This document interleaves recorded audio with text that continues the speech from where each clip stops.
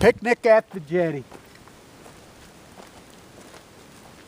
I came around the corner. It's a long trek getting out here. Long trek. Even though I live as the crow flies 20 miles. I come by boat. I know every inch, nook and cranny of these secret spots all over this thing. As I sat in that hospital all winter and said, I'll never get to have a picnic in October at the jetty. My favorite thing on earth is a picnic at the jetty in October. My favorite place in the world. The Smithson powdered me on the head right here in 1970. So I stood right here. My family that built that. Getting to have a picnic at the jetty.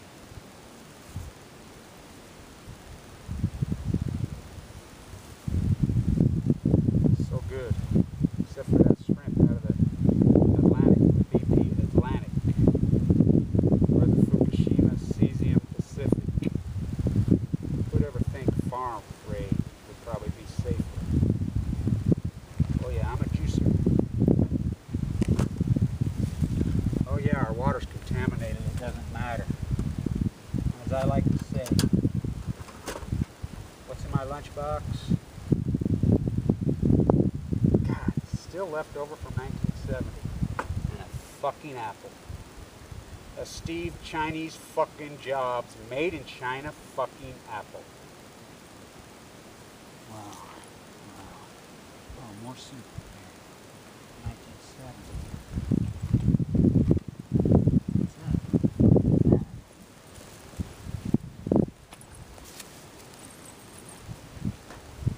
Oh, wow. Wow. Who's that? Who's that? Oh, fuck, fuck. When's that? March 29, 1968. God, I got to meet him too. That parents of mine, that grandparents of mine, that great uncle of mine. Boy, he's the one that took me to meet Bobby that day. Just a couple days before he announced to the world that Martin Luther King had been killed, which is the greatest quote in the history of mankind, I think. And I hope that quote is right. And I think the two greatest speeches ever given probably all happened within 24 hours of each other.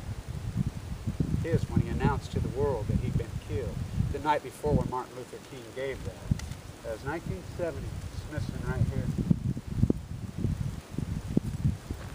Warhol. The nuclear triangle. You know, the gay fluid right there, the sun tunnels are right there, the Nevada test site right there. Fucking so much of this, that viral solution storing the waste right there, the nerve gas is stored right there, as no one even knows how the fuck to get out here. Good, good. They did grade some more of the road, I noticed this year. As last year, 2 years ago, I've been out here for 2 years. As you know, I got detoured last year. It'll do my favorite thing. Given 2 months to live with a central line hanging on my chest, full of AML, nuclear fallout caused leukemia. As the Nevada Trench, desert. My father. Smithson. The birds. The landscape. The tundra swamps this time of year.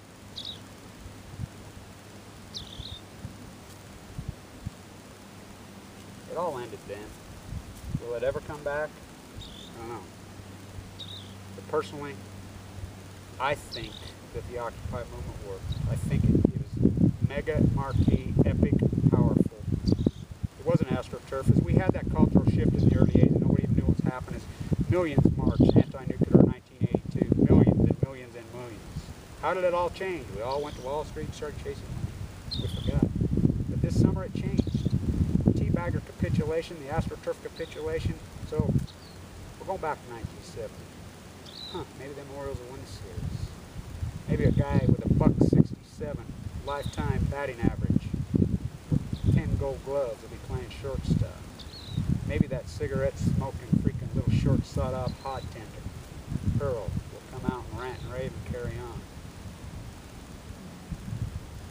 What about Clemente? Yeah.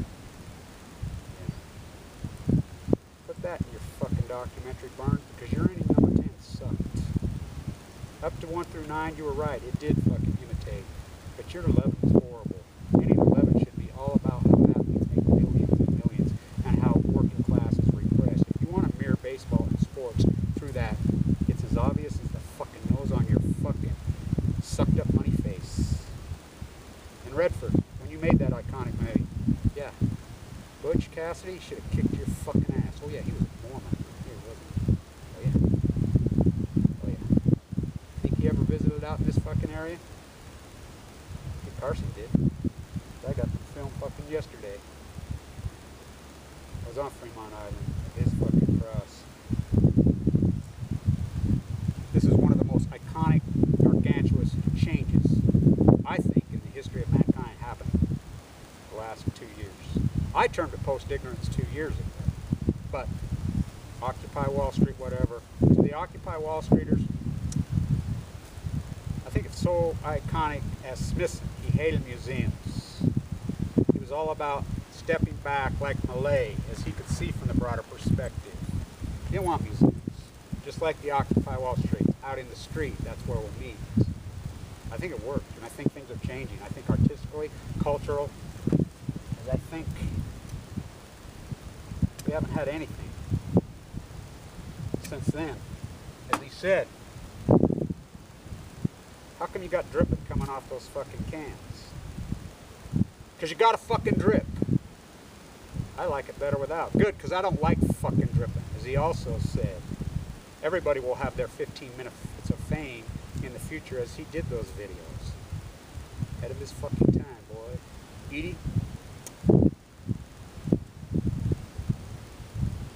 It's happening right fucking now. The artist is leading the fucking way. Smithson would love it. He hated the museums. His video killed the media star. The video's killing the museum. He stepped back and he viewed from the broader perspective. Killed shortly thereafter.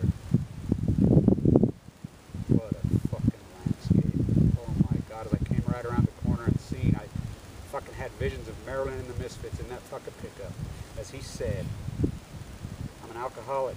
I'm a coward. I'm a coward. As I dropped those nuclear bombs, those atomic nuclear, how many fucking children did I kill? How many teachers did I kill? That's what we're turned into, a bunch of fucking cowards. That's what the culture is. The Dick Cheney, the Carl Old, all these fucking Utah fuckers, cowards. Smithson's iconic fucking piece here is iconic for a fucking reason. As he stepped back and viewed from the broader perspective. And the tree on the exact opposite side. As you fucking morons drawing yourself a drive-by, you have no fucking clue. It is a fucking epic, epic, epic fucking powerhouse iconic. And all we've had in 40 years is a fucking Chinese fucking Steve Jobs fucking Steve Chinese fucking Jobs fucking Apple. A bunch of fucking, a metaphor to fucking nothing. Kevin Blanch, stay tuned.